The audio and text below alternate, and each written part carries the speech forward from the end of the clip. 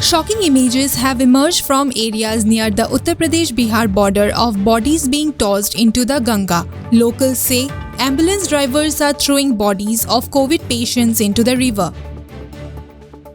India's daily COVID death count hit a new grim record with 4,205 deaths in the last 24 hours. 3,48,421 fresh cases have been added to the active caseload amid the battle against the second wave.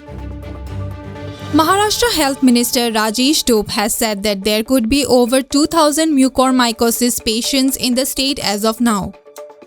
Two-way fight for India captaincy between Hardik and Shekhar if Shreyas Iyer doesn't get fit in time for the white ball tour of Sri Lanka in July. Spinner Kuldeep Yadav has said he was depressed when he didn't find a place in Kolkata Knight Riders' team of 11.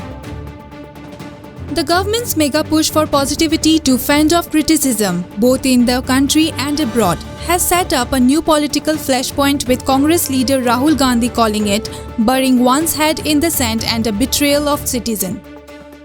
Sales plunged as countries restricted international travel. Globally, only 1.8 billion people took scheduled flights last year compared with 4.5 billion in 2019, the International Civil Aviation Organization has said. The first Oxygen Express arrives at Loni Railway Yard in Pune from Orissa in the early hours of Wednesday. The Delhi High Court has directed the Delhi government to activate Anganwadi workers and childcare institutions established under Juvenile Justice Act to take care of children whose parents are either hospitalized or have succumbed to COVID-19. Haryana Transport Department converts 5 buses into ambulances for COVID-19 patients in Jajhar. That's it for today's news. Subscribe Indian Journal for more updates.